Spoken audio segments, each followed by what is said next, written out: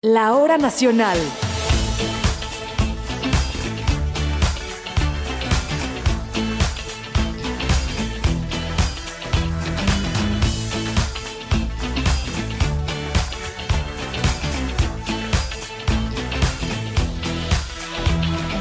Muy buenas noches, yo soy Patti Velasco y les quiero contar que hoy estamos parados en medio de un hermosísimo escenario de 24 metros de largo, frente a 1,396 butacas y desde donde podemos ver un bellísimo telón de cristal con las imágenes de los volcanes Popocatépetl e Iztaccíhuatl. ¿Ya se imaginan dónde estamos? Yo soy Pepe Campa, buenas noches. Les voy a dar otra pista. El hermosísimo telón que vemos ahí de fondo está hecho con más de 1 millón de piezas de cristal. Y el techo de este hermoso lugar tiene una enorme lámpara circular con la figura de Apolo. Seguro ya saben dónde estamos, ¿verdad? Y si todavía no lo saben, de cualquier forma sean bienvenidos a este programa especial de la Hora Nacional, en el que nos sentimos honrados y muy emocionados por encontrarnos en el máximo recinto cultural del país. Estamos hoy en el Palacio de Bellas Artes. Así es, y esta noche la belleza arquitectónica, la cultura de México y el arte en su máxima expresión nos van a abrir las puertas para recibirnos en su casa, para compartir con todos ustedes los secretos del Palacio de Bellas Artes, un lugar icónico de México y reconocido a nivel mundial. Los invitamos a que nos acompañen. Quédense con nosotros.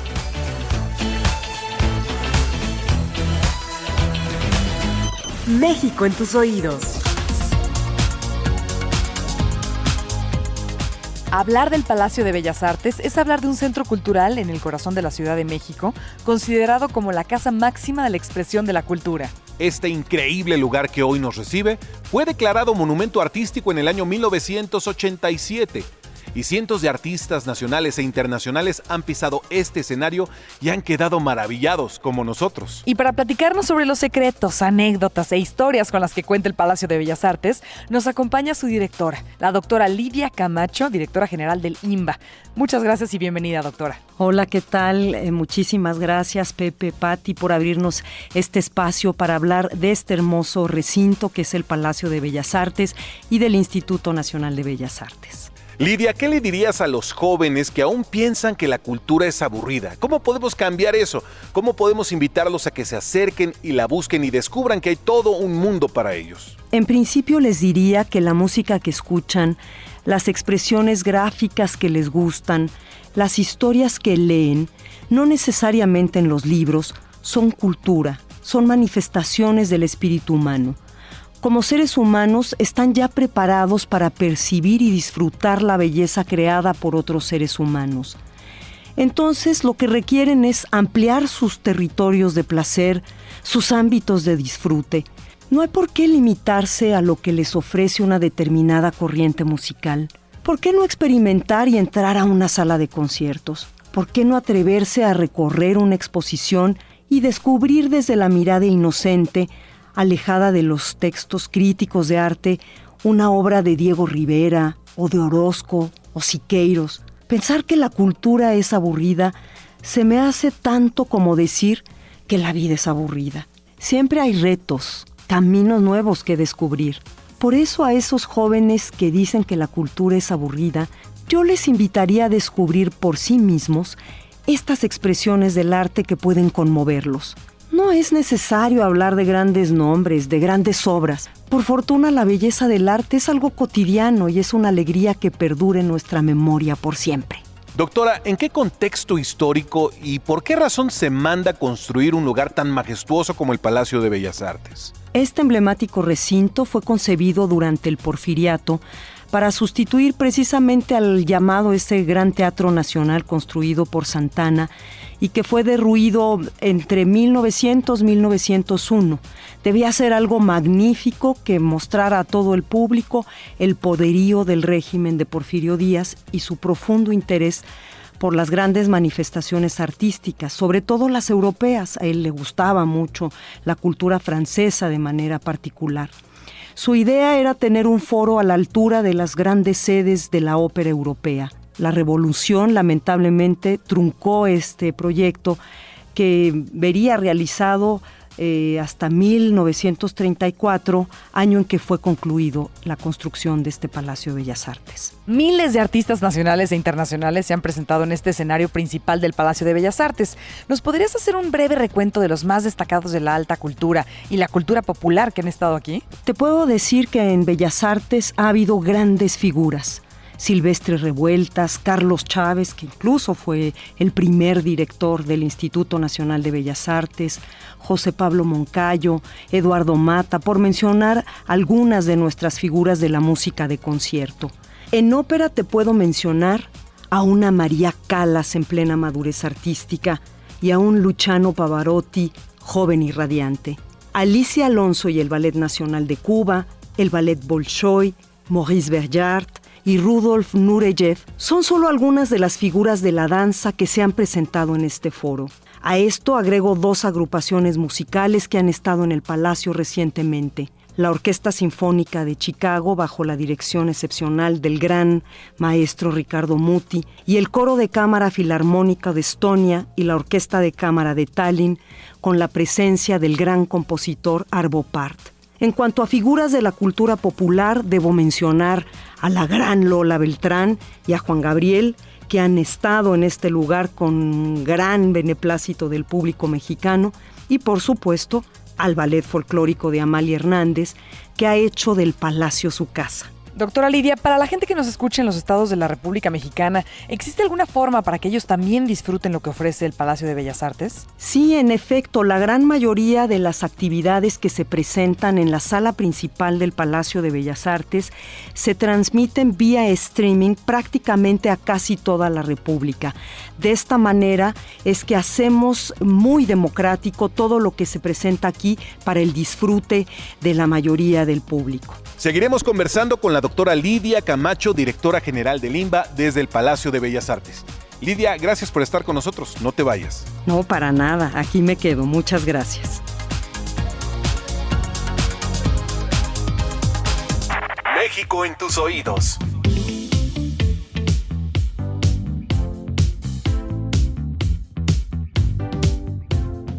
Inaugurado bajo el nombre de Museo de Artes Plásticas el día 29 de noviembre de 1934, el actual Museo del Palacio de Bellas Artes fue el primer museo de arte en México, es decir, el primer lugar cultural dedicado a exhibir objetos artísticos. Actualmente, el Museo del Palacio de Bellas Artes cuenta con 17 murales permanentes y un intenso programa de exposiciones temporales. Esta noche nos acompaña para platicarnos sobre este tema Miguel Fernández, director del Museo del Palacio de Bellas Artes. Bienvenido a La Hora Nacional. Gracias, Pepe, y gracias, Pati. Muy encantado de estar con ustedes y con sus radioescuchas. Gracias, Miguel, y buenas noches. ¿Cuál fue el origen de la exposición Rojo Mexicano, la gran cochinilla en el arte? Pues mira, Pati, el origen tiene que ver con varios puntos. Uno, el principal, te diría, es un coloquio que realizamos, es parte del proyecto que tenemos el Palacio de Bellas Artes, realizar exposiciones internacionales y de este tipo tan trascendentes, un esquema de diálogo y de investigación. Hicimos un coloquio en el año 2014, invitamos a investigadores de distintos museos del mundo, desde la Galería Nacional de Londres, el Museo del Prado, la Galería Nacional de Washington, etcétera, que entre ellos y colegas mexicanos del Colegio de México, de la Universidad Nacional, juntos dialogamos y, por supuesto, establecimos una lógica de investigación de este proyecto. Ahí inició. No queremos echarle a perder la sorpresa a toda la gente, los miles de mexicanos y extranjeros que van a visitar esta exposición, pero sí, ¿nos podrías explicar un poco el centro de esta exposición? ¿De qué se trata la Grana Cochinilla? Pues mira, Pepe, se trata pues de un insecto, ¿no? De la grana, de un insecto que tuvo una historia desde la época prehispánica, una historia que estuvo siempre relacionada con temas de arte, con la sociedad, con la economía y con artistas de Europa, artistas de Asia, artistas de México.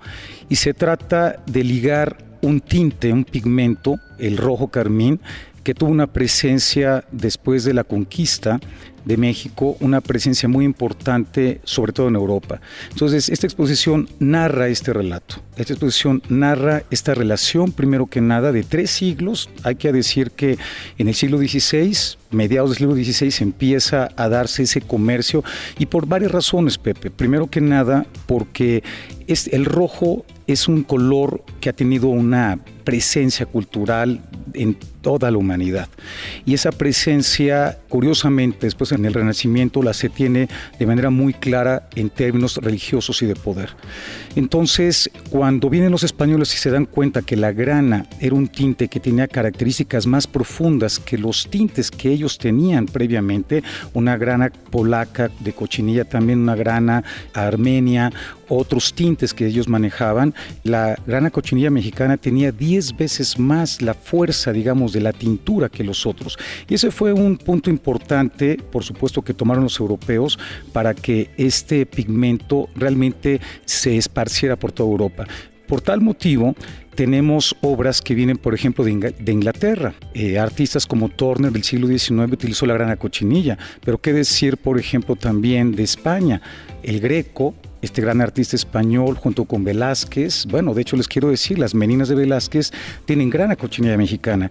Y en esta exposición, en la muestra, nosotros contamos con una pieza maravillosa de Velázquez, el retrato del arzobispo Fernando de Valdés, de la Galería Nacional de Inglaterra, que tiene grana, y tiene que ver con esa idea también de este rescate de investigación que se ha venido dando. La exposición también marca, Pepe, un punto muy importante en tema de grana.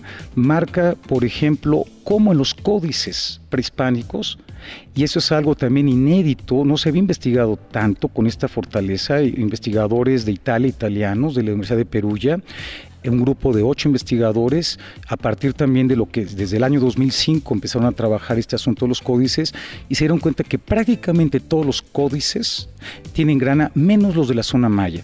Entonces te habla también de la influencia de este color en esta parte prehispánica. Y les quiero decir una cosa, Pati, la exposición marca también el único textil que se tiene en aviso con el pigmento de grana, que estamos hablando de 300 años antes de Cristo. Entonces, no me quiero adelantar, pero eso es lo que podrán ir viendo en esta exposición. ¿Cuál sería la joya de la corona de esta exposición? Porque tienen piezas increíbles. La joya de la corona, Pepe, es el público que espero que venga aquí a ver la exposición, ¿no? Para mí esa es la primera joya de la corona, ¿no? Que el público venga y visite la exposición y que tenga esa experiencia. Ahora, hay otras estrellitas, por supuesto, muy importantes. Hay una estrella, digamos, no nada más la recámara de Van Gogh, que no por ser Van Gogh y uno de los grandes artistas universales, que tenemos también la dicha y el privilegio de tener una de sus obras maestras, que es la recámara de Van Gogh, que tiene grana cochinilla mexicana. Pero nada más tiene, sino que Van Gogh utilizó, por lo menos ahorita en una investigación que ha realizado el Museo de Van Gogh de Ámsterdam, más de 50 obras que ha realizado investigación este museo contienen grana cochinilla. Entonces también habla de la importancia que se le dio a este pigmento a finales del siglo XIX. Digo, por hablar de Van Gogh, ya hablé de Velázquez, pero hablo, por ejemplo, también de Gauguin, una obra que viene, por ejemplo, de un museo americano, el Hammer. Hay 11 instituciones internacionales que participan. Entonces, ¿qué decirte? Cuando todos, hay un Renoir increíble, tenemos a Delacroix, el gran colorista francés, y que donde Van Gogh y otros artistas, por supuesto, se inspiraron. O artistas mexicanos o artistas españoles que vinieron a México, que están presentes y que también, y quiero ahí también comentarlo, Pati y Pepe, que están aquí por una investigación también que se realizó en México. Estamos hablando desde Andrés de Concha o Correa, Luis Juárez, en fin, artistas que tuvieron una presencia muy importante en el desarrollo de lo que es la pintura novohispana, y que por supuesto la grana fue un punto muy importante, no nada más el tema del color, el color rojo, porque la grana cochinilla da distintas tonalidades, ¿no? De un rojo puede pasar un violeta y un rosa, dependiendo en este caso de las mezclas que se le puedan dar al propio pigmento puro. Estamos en un lugar mágico, el salón principal del Palacio de Bellas Artes, ante este hermoso telón Tiffany y este lugar donde tantas leyendas se han presentado, conversando con Miguel Fernández, director del Museo del Palacio de Bellas Artes, sobre esta interesantísima exposición Rojo Mexicano. Queremos saber mucho más de ella, Miguel. Nos gustaría que te quedaras con nosotros en el programa y también que nos recordaras hasta cuándo será posible visitarla. Estará hasta el 4 de febrero del presente año, Pati. ¿Tiene algún costo la visita Sí, a la exposición? Sí, Pepe, el costo son 60 pesos, pero como he comentado, la entrada es gratuita para estudiantes y maestros, para los adultos mayores, y los domingos está abierto, libre para todo público, y por supuesto también tenemos nosotros los miércoles de cada mes, lo que es miércoles de museos, que es gratuito hasta las 10 de la noche.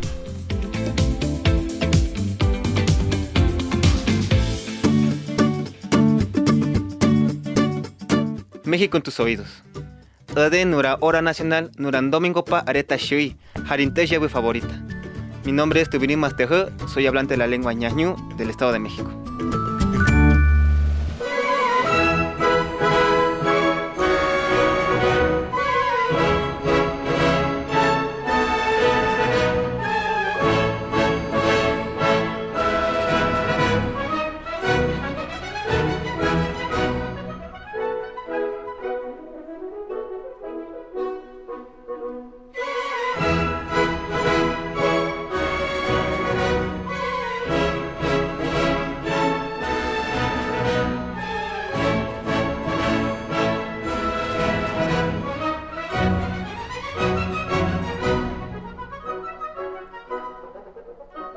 Lo que escuchamos es la agrupación musical más importante de nuestro país, la Orquesta Sinfónica Nacional, fundada por el maestro Carlos Chávez en el año 1928, y escuchamos uno de los conciertos familiares que ofreció el año pasado. La Orquesta Sinfónica Nacional ha logrado muchos reconocimientos, como la nominación al Grammy Latino 2002 al Mejor Álbum Clásico. Así es, Pati, y también el premio Lunas del Auditorio en el año 2004 como Mejor Espectáculo Clásico. Además, su trayectoria internacional es muy amplia y se ha presentado en lugares importantísimos, siempre recibiendo grandes ovaciones. Definitivamente es un orgullo de nuestro país. ¿Y cómo no va a serlo? Si en su repertorio siempre llevan lo mexicano y lo latinoamericano a donde vayan.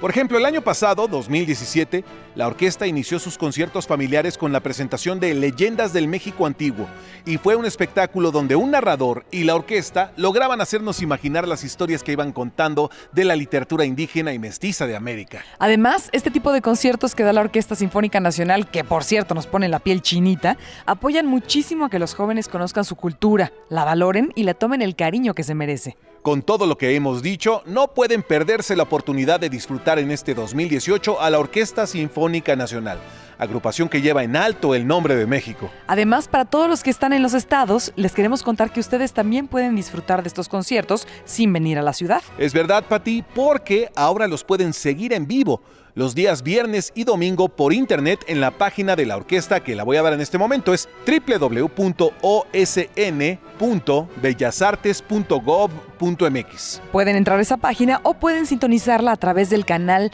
Una Voz con Todos o Radio Educación, los medios públicos de nuestro país.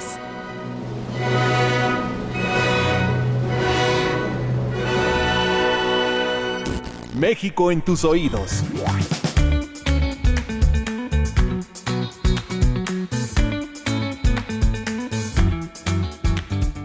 ¿Qué les parece si le damos la bienvenida al doctor Javier Guzmán, subdirector general de Patrimonio Artístico Inmueble? Bienvenido. Gracias por la invitación. Doctor, definitivamente visitar el Palacio de Bellas Artes pues es visitar una magna obra de arte que se distingue desde la distancia. ¿Nos puedes contar más sobre la maravilla arquitectónica que es este palacio? El Palacio de Bellas Artes, bueno, se distingue por su claroscuro, su perfil, sus siluetas. Yo recuerdo que hace cerca de 10 años, 7 años, se hizo una encuesta y le preguntaron a los capitalinos cuál era el edificio con que se identificaban más. Y el Palacio de Bellas Artes no ganó, pero sí obtuvo el segundo lugar, ¿no? Eso es, digamos, lo que me gustaría comunicar a propósito de tu pregunta, ¿no? De la pregunta de ustedes, ¿no? Un poco eso es el palacio, ¿no? Eso ha llegado a ser el Palacio de Bellas Artes, una especie de hito urbano que va más allá y se identifica con los habitantes de la ciudad, ¿no? Lo hacen suyo. Dentro de esa silueta inconfundible, podríamos destacar, por ejemplo, por poner un ejemplo, la cúpula central. ¿Hay alguna historia detrás, tú que eres conocedor de estos temas? La cúpula es muy interesante y qué bueno que me lo preguntas, Pepe, porque en el proyecto original de Adamo Boari, que se desarrolló, digamos, entre 1904 y 1913, que se suspende la obra, Boari había calculado, había previsto que esa cúpula que remata el edificio, primero lo que hizo fue girar el eje, ¿sí? Este remate en altura, si tú te das cuenta, no remata la sala, remata el vestíbulo, ¿sí? Gira el eje y esto fue novedosísimo para la época. Además lo alineó con el eje de la Alameda. Todo esto son elementos que pueden ser, hasta diría uno, eruditos, pero le dan armonía y esas son las cosas que parece que no, pero un ciudadano reconoce, por eso lo hace suyo. Pero además, Boari lo había calculado hacer la cúpula traslúcida. Esta sala iba a ser traslúcida, esos 3 arcos que tenemos aquí tendrían que haber sido, para que me entiendan, transparentes.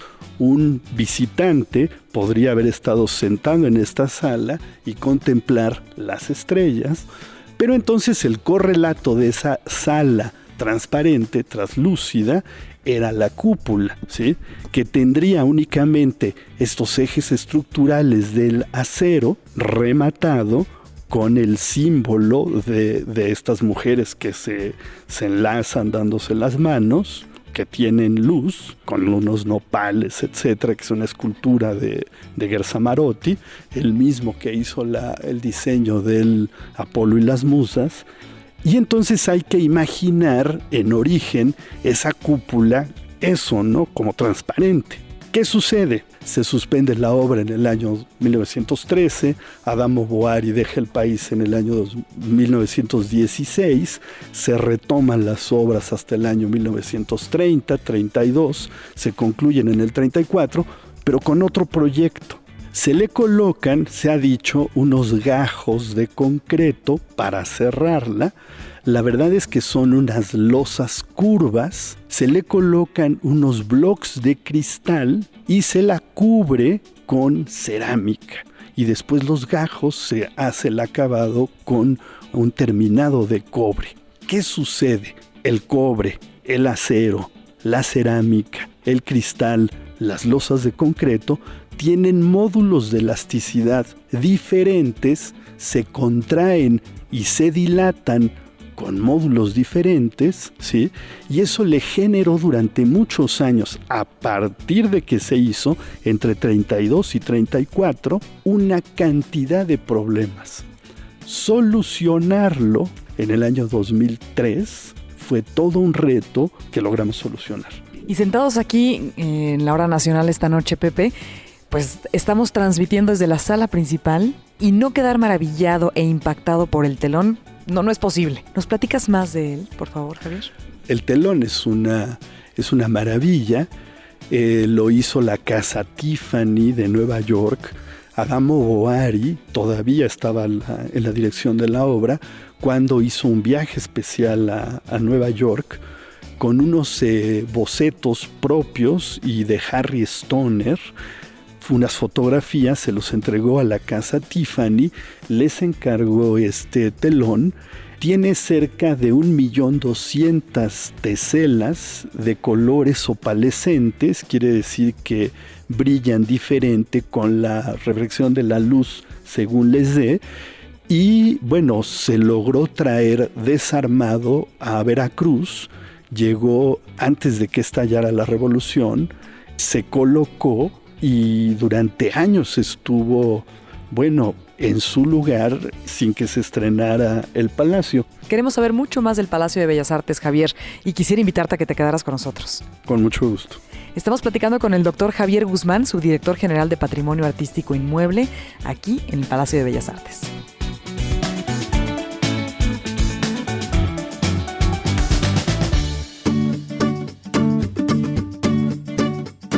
México en tus oídos. Kumano te hora nacional, domingo, masca hora pizzuca, huwa suban kumano, huwa suba mi radio homo. Mi nombre es Miquela Sánchez, soy hablante del Zoque del Norte Alto del estado de Chiapas.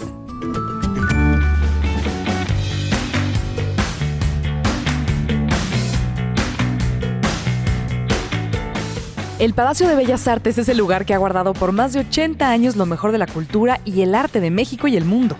Efectivamente, Pati, estamos en el salón principal del Palacio de Bellas Artes y esta imponente estructura nos deja boquiabiertos. Sí impone, ¿verdad? Ajá, nos estamos rodeados de mármol y materiales preciosos prácticamente donde se han presentado leyendas de todo tipo de expresiones artísticas. Y esta cúpula de bronce que vimos, así como las esculturas tan detalladas que adornan varias partes del palacio, hacen que sea un símbolo cultural e histórico de nuestra ciudad, la Ciudad de México, y fue declarado por la UNESCO como Monumento Artístico en el año de 1987, hace 30 años ya. Para platicar con nosotros sobre este tema ya está aquí con nosotros y le agradecemos muchísimo a la arquitecta Dolores Martínez, titular de la Dirección de Arquitectura y Conservación del Patrimonio Artístico Inmueble del INBA. Muchas gracias, Dolores, por platicar con nosotros esta noche. No, gracias a ustedes por invitarnos. 30 años ya, 1987, y se declara el Palacio de Bellas Artes Monumento Artístico. ¿Esto qué significa y qué implica para los mexicanos, para nuestra ciudad y para el propio palacio? Bueno, pues la verdad, esta declaratoria para este tipo de edificios significa una revaloración de la arquitectura mexicana. En 1987 se declararon, además de Bellas Artes, el edificio de Correos, el Banco de México, el Monumento a la Revolución, todas estas edificaciones íconos para la arquitectura de México. Es declaratoria nacional, de patrimonio nacional, monumento artístico por la Ley Federal de Zonas y Monumentos Arqueológicos, Artísticos e Históricos. La declaratoria del Palacio incluye también, después por la UNESCO en el 87, porque se declara también la zona histórica de la Ciudad de México y Xochimilco. Esa es la declaratoria que implica la UNESCO, Patrimonio de la Humanidad. Cuando vengamos aquí de visita, Dolores, ¿en qué debemos fijarnos? Viendo todo el Palacio de Bellas Artes, ¿cómo podemos entender mejor su valor como monumento artístico? Pues la verdad es que el Palacio, decimos coloquialmente, es un condominio. ¿Por qué? Porque tiene intrínseca actividades culturales de gran importancia para la vida cultural de México. En Bellas Artes puedes encontrar en esta sala de conciertos, pues, diversas actividades culturales, de ópera, de conciertos de cámara, etcétera, ¿no? Pero también tenemos las salas de exposiciones y el Museo de Arquitectura en el último nivel, y está la gerencia del Palacio que coordina todas las actividades de la sala Manuel M. Ponce y de la sala Wari, no menos importantes porque son el complemento de actividades culturales como conferencias, mesas redondas, eventos de literatura, de todas las bellas artes, incluida la arquitectura. Ahora, cuando la UNESCO declara el Palacio de Bellas Artes Monumento Artístico en 1987, me imagino que entran en juego muchas cosas que buscan la preservación del edificio, conservarlo como es. Ahorita nos podrás detallar tú, pero ¿qué podemos hacer nosotros como ciudadanos para ayudar a conservar esta joya que es el Palacio de Bellas Artes? Pues la mejor manera de conservar es vivirlo. La verdad es que el Palacio de Bellas Artes invita a todo el público a interesarse por sus actividades y desde luego, si vemos, es un edificio vivo. Un edificio vivo que invita desde su plaza misma a una serie de eventos culturales más allá de la sala interior. Tratamos que viva la plaza cualquier visitante nacional o extranjero y que conviva de las actividades culturales que oferta el Palacio de Bellas Artes. Si ven, tenemos actividades como la cultura a pantalla, en donde más allá de la sala sale la actividad interior a la convivencia en la plaza. Actividades culturales como el Festival de la Luz recientemente celebrado, que la verdad ver esta plaza llena con los públicos, con niños, con familias enteras, sábados, domingos y los días de la fiesta de la luz, eso es el mejor pago que podemos tener de un edificio vivo. Y arquitectónicamente, Dolores, ¿qué no podemos pasar por alto cuando estemos de visita en el Palacio de Bellas Artes? Bueno, yo creo que es muy importante observar el exterior de arquitectura Art Nouveau en contraste con todo el interior de un sobrio Art Deco que contrasta con el arquitecto Adamo Wari en el exterior y en el interior Federico Mariscal. Yo creo que es muy importante que nos detengamos en los detalles cada que visitemos el palacio, que cada que vayamos a la librería o a la cafetería a tomarnos un café, apreciar los pisos, el decorado, y si observas hacia el techo y ver la cúpula, yo creo que es un viaje fantástico por la arquitectura nacional y de relevancia mexicana. Queremos seguir conversando contigo, Dolores. ¿Es posible en la siguiente parte de la Hora Nacional? Sí, por supuesto, porque me gustaría hablarles del Museo Nacional de Arquitectura. Pues entonces aquí nos quedamos. Estamos platicando con la arquitecta Dolores Martínez, titular de la Dirección de Arquitectura y Conservación del Patrimonio Artístico Inmueble del INBA. Muchas gracias, Dolores.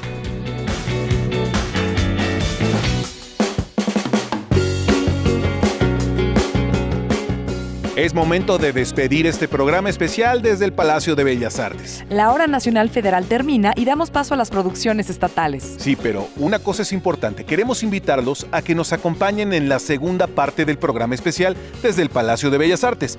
Y eso lo pueden descargar desde nuestra página oficial. En este momento visiten www.lahoranacional.gov.mx. Los esperamos la próxima semana a las 10 de la noche por su estación de radio favorita. Soy Pati Velasco y les deseo que tengan una excelente noche. Yo soy Pepe Campa y nos volvemos a escuchar el próximo domingo a las 10 de la noche aquí en La Hora Nacional. Esta es una producción de la Dirección General de Radio, Televisión y Cinematografía de la Secretaría de Gobernación. Gobierno de la República.